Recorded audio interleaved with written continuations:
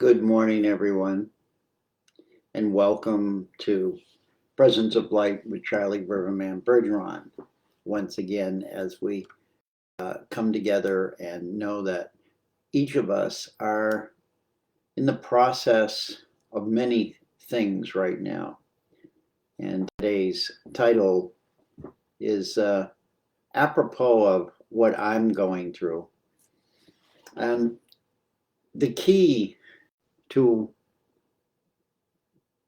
all of us is being turned, and it's not always unlocking what we need to unlock. I have no show notes today because I was awakened at about 4:30 this morning in this quiet neighborhood alongside of a river to a very violent screaming of a human being neighbor. I assume it was a neighbor, but at first I didn't know who it was, who was swearing at everyone. And I'm not going to repeat the words that were said, but the reality was that this person was being mentally challenged in this moment and angry at a level where if this person possibly had a weapon of some sort, there could have been some real danger. What does this mean for all of us? And is it caused, my question was, from exhaustion? And that's part of the title today, Exhaustion. How many of you right now feel exhausted? And as much as I don't want to talk about this, I have to say that that's what I'm feeling, exhausted. And yet I know that the exhaustion is part of a larger process, a long-term process of change that we are all having to deal with, whether we want to or not. It's a shifting of the whole planetary existence, if I think deep about it. It's not a pleasant change for those of us who think that we control the world. And when I say control the world, I'm not thinking about businesses or all of that, but I'm thinking as the human being, thinking that the planet is basically a commodity.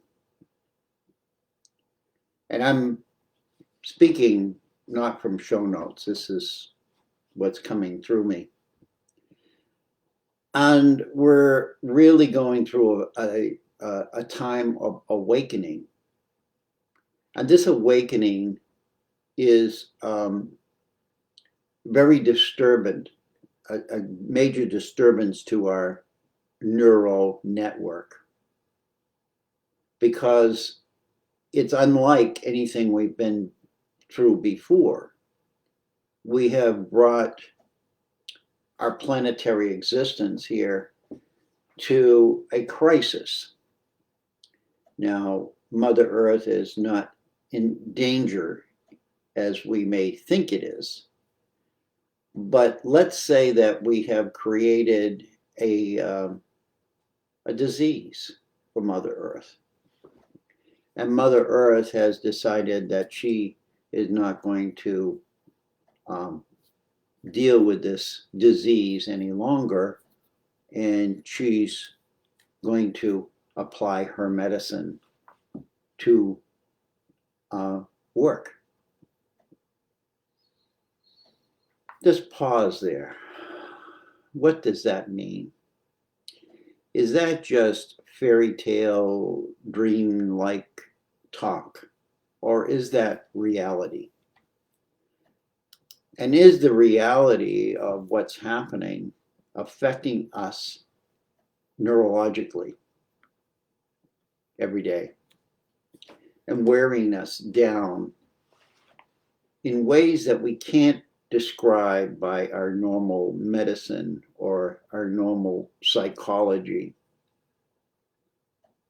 because it's at a different level that is hard to pinpoint and remedy. We don't know what that's going to do. So in that moment, what's happening is the level of fear in humanity is expanding and growing. And not only by the behavior of humans and the destruction of life on Earth, but we're actually now at a level where within us, each and every one of us know that this is happening, whether we want to accept it consciously or not. And as the amazing beings we are, we keep on moving on and doing our thing, knowing that somewhere, somehow, there's a better way. Yet we keep looking for somebody else to present it to us because we feel limited. The message this morning really was that we have to let go of that limitedness. At least I do. Because listening to that human in that state of distress, in a little microcosm of peace on Earth, it was a loud message. Somebody finally calmed them down, and everything was peaceful. And I went back to sleep, which is why I'm a few minutes late with no show notes. But I couldn't shake the feeling of what was happening inside of that human being, knowing that I had a choice to be in fear, yet desiring to want to go and help them, caught between those two parallel lines, if you will. And I think that's where we all are right now. We want to help. We want to help the world, planet Earth. We want to help civilization. We want to help our neighbors. We want to help our governments find a better way to come together and grow into the future in harmony and balance instead of this chaos. Chaos is a natural effect of the universe. If you go anywhere in the universe, we will find chaos of some nature. But it's out of the chaos that comes the beauty. It's out of the chaos that the love, the kindness, the compassion shines brilliantly. But it doesn't do it on its own. It needs a vehicle. And the message for me that's coming through right now is we are that vehicle of compassion. We are that vehicle of love. We are that vehicle of positive evolution. Each one of us. It's not up to a group of leaders or corporate executives. Their focus is not on what's best for everyone. Their focus is on what's best for them.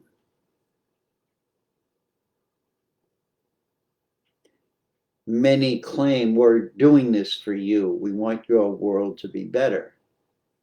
But if they wanted it to be better, they wouldn't put us in poverty in order to have it. So when we look at what's happening in the world right now, we realize that this is not just the United States. This is not just Russia or Ukraine. This is not just the Arab nations. This is not China. This is not just some small island in the Pacific Ocean that this is happening to. This is the whole world. 8 billion random number human beings who may claim that everything is wonderful. Yet, when they're faced with that moment of another human being in crisis,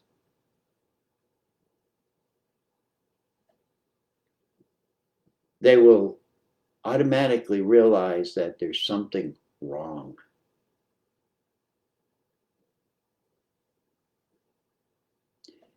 Each one of us know that there's something wrong. And each one of us has an ability within us, already designed in our human nature,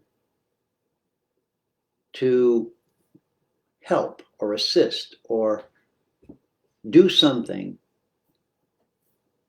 not just to help someone else, but to help ourselves. Because as a result of witnessing all of this, every single one of us is reaping some kind of level of depression or exhaustion. That was the word I woke up with, was exhaustion. Feeling exhausted. I'm not depressed. I know what depression is. I've had depression. I can still have it. I take medication for it. But the reality of that is that's caused by something that has affected me in a way that has exhausted me. But exhaustion is the key to our illnesses and our things. And I think that may sound preposterous to many people. The energy of regeneration is love. Think about when you love something. I'm not going to say another person. Love something. You feel a love for it.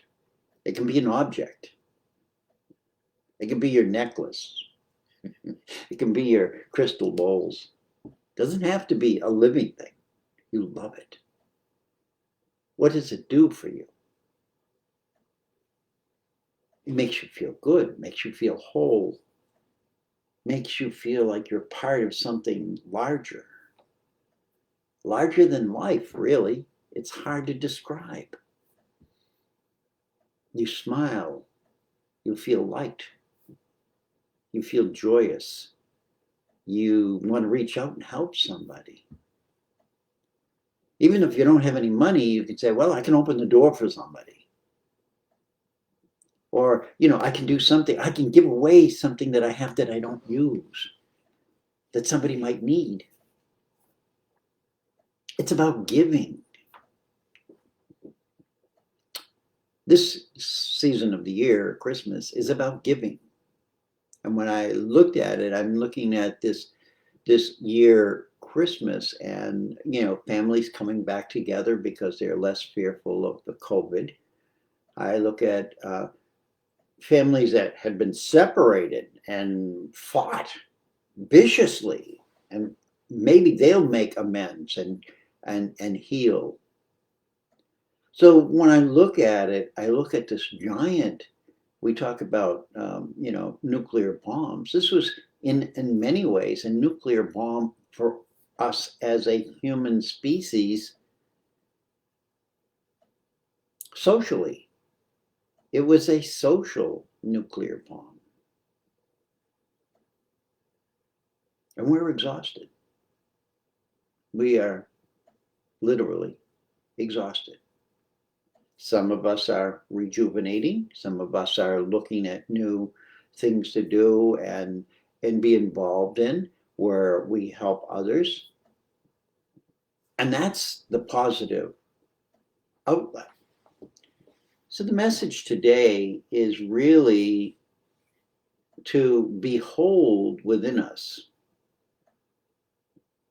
our capability to change the energy of everyone.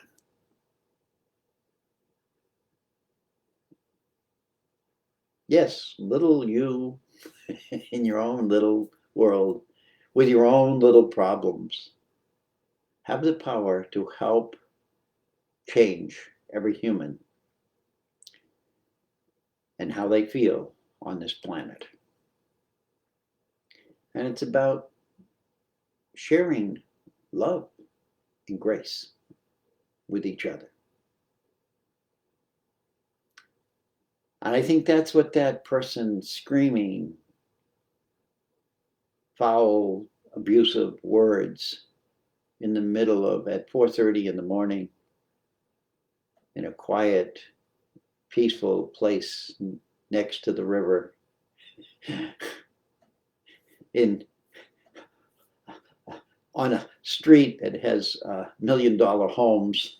Not that mine is, but they're across the street. They're on the river.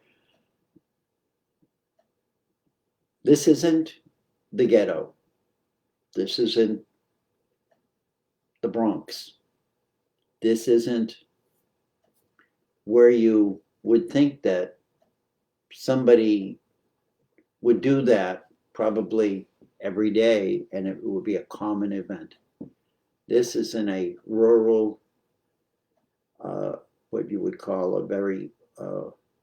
a town that's very small but become an enclave for very wealthy people.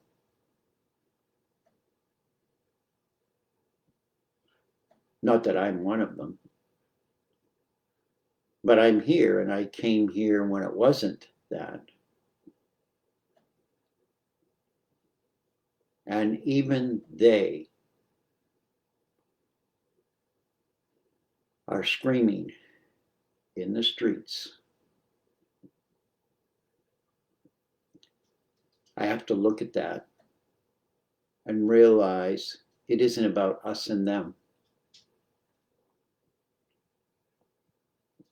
We all are exhausted. So I want you to think about that over the Christmas holidays is if we were to give somebody a gift,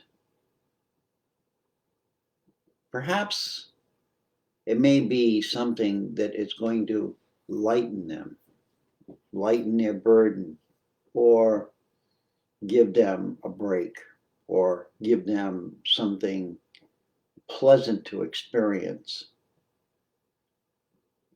And it isn't about just gifting, but this is the season for most of us.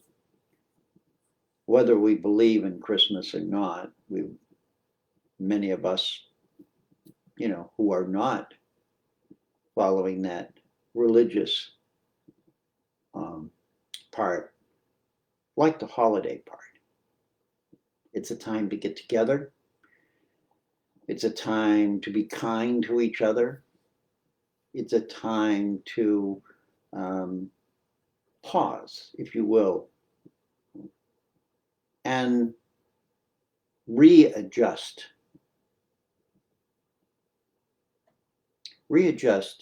how we look at the world and how the world offers us an opportunity to be something more than we really are. Much like the story of the birth of Jesus. Something more, something special, something that will grow into something powerfully kind, powerfully compassionate. And yet, knowing that in and as well, this human body, we are vulnerable. So, each of you, I found something by Ramana Maharshi, I don't know if I pronounce his name, this morning about the heart. I want to read that to you. Matter of fact, I'll put it in the notes for you to have. I'll put both of these. One of them is a poem that I wrote, a message. But I'll offer these to you because they're words, but they have a deeper meaning, for a lot of us that are needed to remind us of our hearts, of the season, of the turmoil around us, and how each one of us can play a role in easing that. And not just for this season, but can continue it into the future and start to look for more ways to do that and come together in groups to do that, which we are doing. We are doing. But knowing that, as somebody's talking here about the governments and the media, absolutely. The governments and the media are in link with each other, and they live in a world that is not everyday human living. It's a false world. It's an illusionary world. And they're the ones writing the story. Not for our benefit, but for their stabilizing of their own greed. How do you stabilize greed? It's impossible. You have to let it go. Can they do that?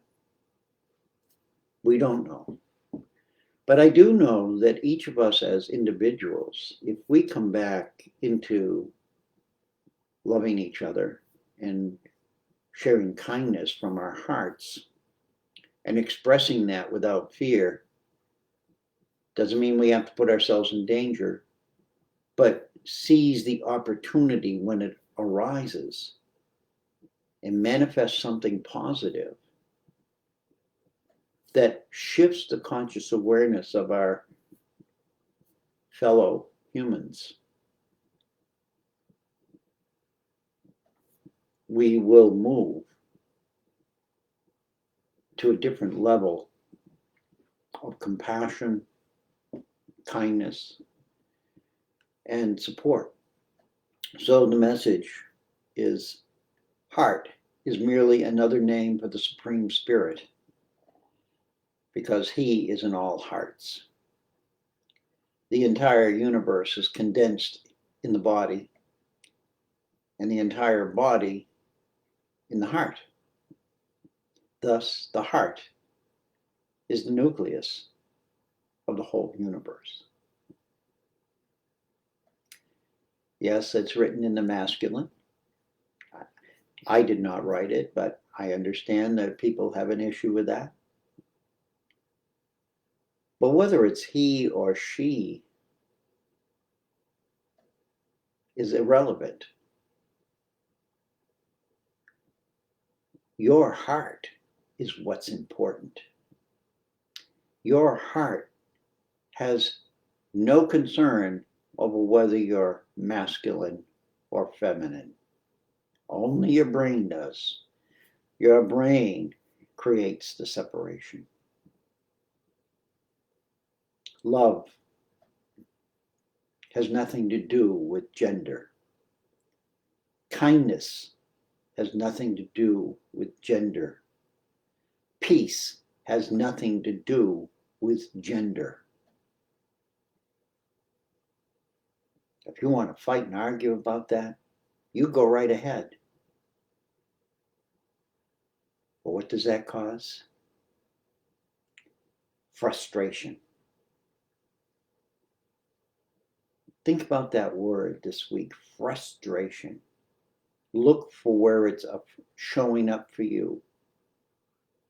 And it can be a simple thing as the dog threw up on the kitchen floor, which it did this morning. And before I come here, I had to go move a refrigerator and wash a floor when I could have been writing show notes. Did I get angry? No. I looked and said, thank you for the message. 4:30, somebody swearing vile words on my street at the top of its lungs, repeatedly for about 15 minutes before somebody evidently came and moved him into his house. I assume he lived there, but I could have been somebody just visiting. I don't know. I don't want to know the whole story, believe me. But here we are, frustrated. And frustration comes from feeling powerlessness. And the truth is, we are the most powerful beings on this planet.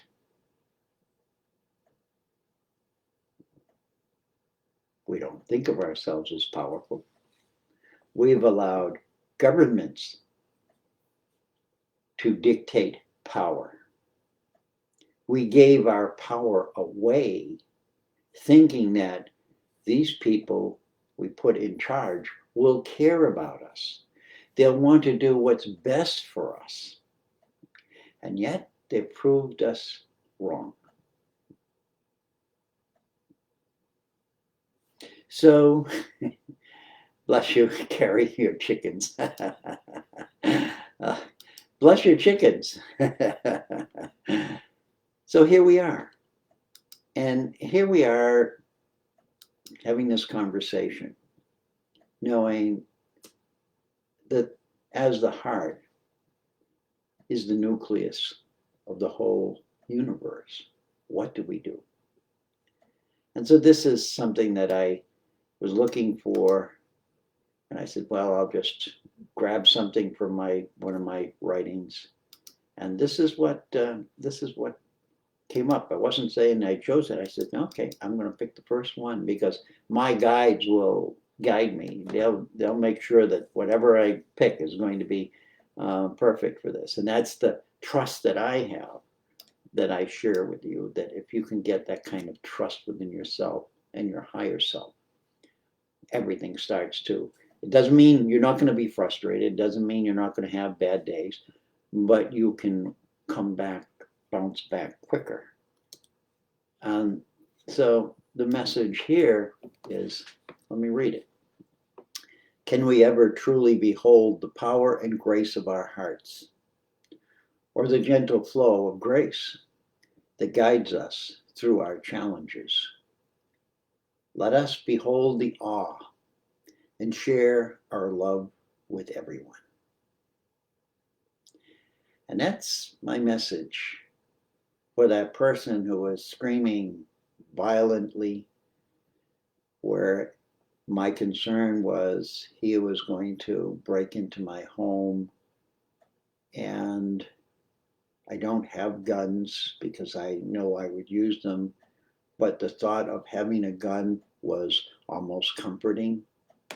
And thinking about, oh my goodness, it's brought me to that point where I feel my life is threatened by this perfectly innocent person who is suffering so badly inside that he's screaming at the top of his lungs hateful messages in a quiet residential neighborhood. How sad. How truly sad. He became a candle for me to look and ask myself now, what can I do?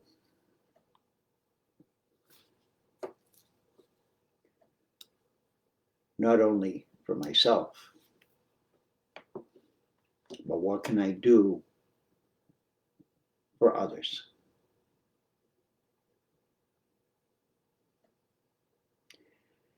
You're absolutely right, Morelli.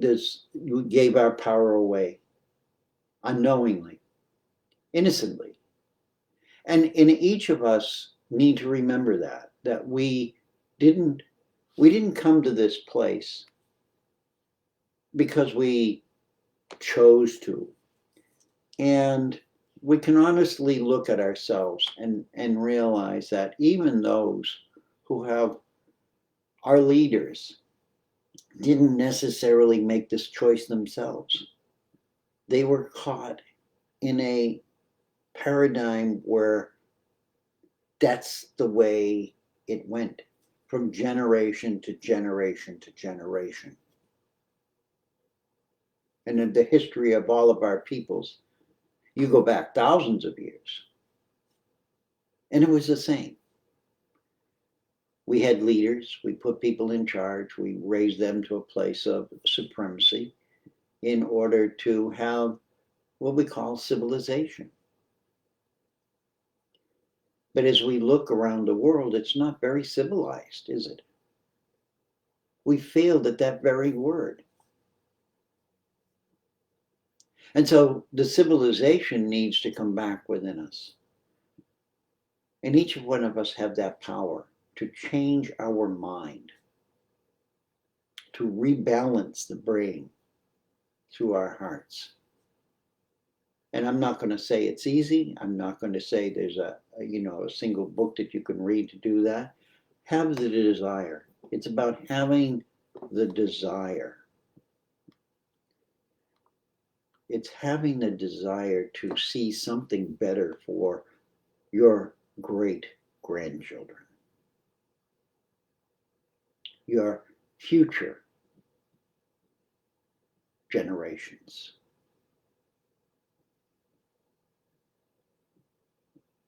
We can do this. And we will. Because that's what's happening. We're being made aware of all that's going on that is negative. You can't run from it. You can't pretend it isn't there. You are going to be made to look at it. It is going to appear in the middle of your sleep time, in your own local neighborhood. And what we can do is accept that as a call for help. May each of you find that call for help and start within yourselves. Look inside of yourselves at where you can make changes, even just changes in attitudes,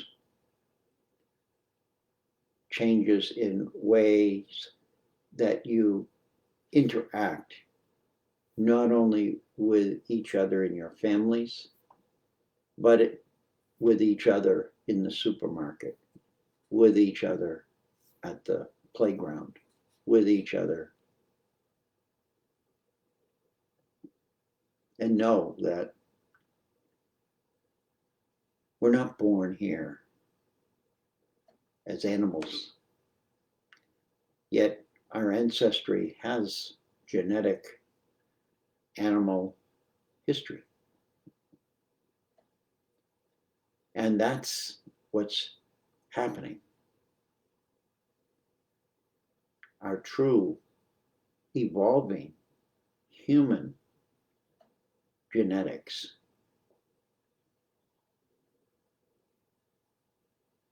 is being altered and controlled. And as much as I don't like to say those words, this is where we have to rise within ourselves and take a deep look at who and what we are, and how can we protect and guide our future generations.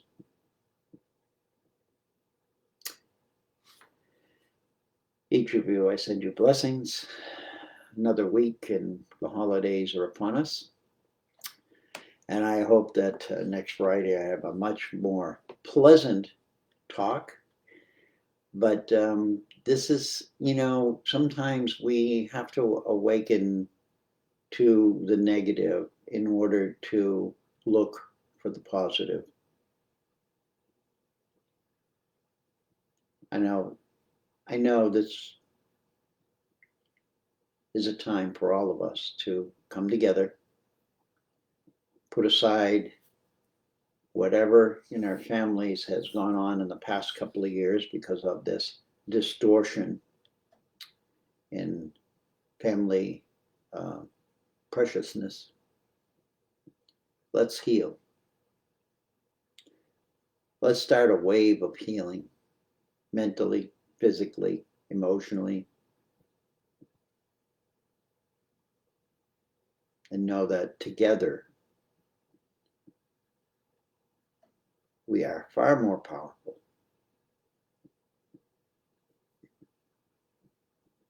than even the nuclear weapons.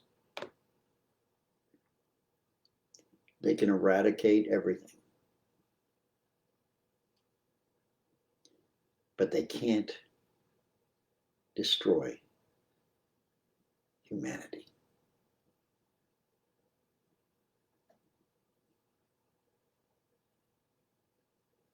Bless you all.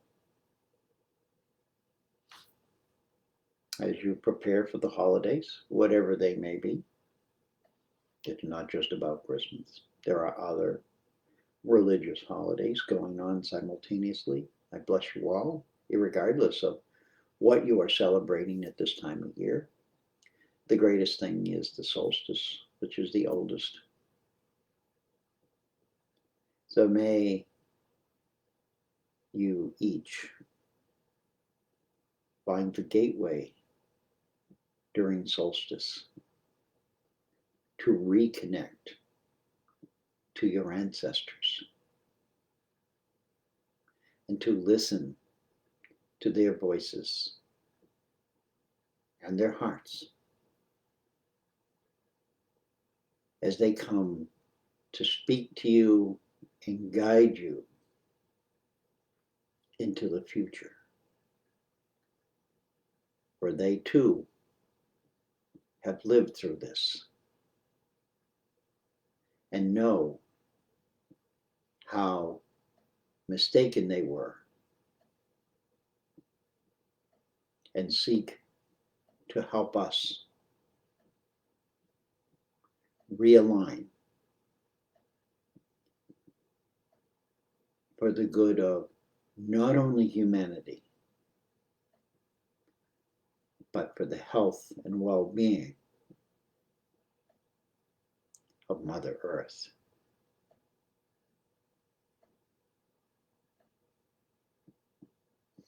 Bless you all. I love you. I thank you. I respect you. I am you. You are me. We are unity. One heart, one love, forever.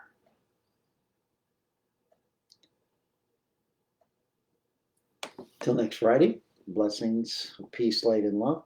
And just gently think about what got triggered in you from what I said, and knowing that each of you will receive something. And if it's anger or frustration, know that that was not my intention. but that is dwelling within you and needs to be addressed, just like mine was this morning. And know that you're not alone, that all of us are experiencing that.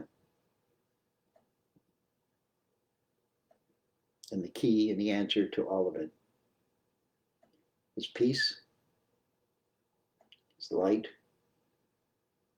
and love. Blessings, everyone. Thank you for showing up and being here. Love you.